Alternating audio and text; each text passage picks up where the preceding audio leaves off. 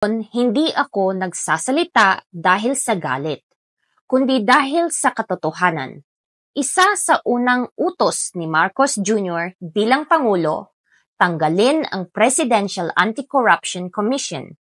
Hindi inayos, hindi nireporma, binuwag. Ang PACC ay nagsampa ng 154 kaso ng korupsyon sa ilalim ni Duterte. Aktibo, kinatatakutan, epektibo. Kaya anong ginawa ni Marcos?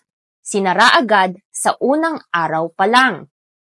Pinalitan ito ng isang tanggapan ng legal advice. Hindi hustisya, walang ulat, walang kaso, walang transparency. Kung wala kayong itinatago, bakit pinatay ang bantay?